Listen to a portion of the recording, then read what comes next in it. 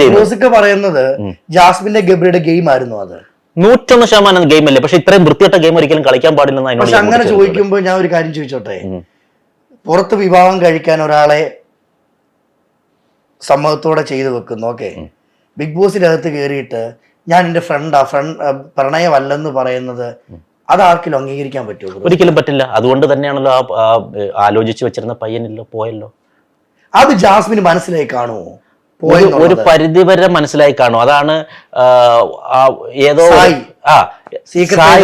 അതെ, സായി വന്ന് പുറത്തുള്ള കുറച്ച് കാര്യങ്ങൾ അവൻ സൂചിപ്പിച്ചു. ആക്ച്വലി അത് സൂചിപ്പിക്കാൻ പാടില്ലായിരുന്നു, പക്ഷെ അവിടെ സൂചിപ്പിച്ചതിന് ശേഷം അന്നത്തെ എപ്പിസോഡ് കണ്ടാൽ മനസ്സിലാവും ഇവള് ആകെ ഡെസ്പായിട്ട് പൊട്ടിക്കരയുന്നുണ്ട്.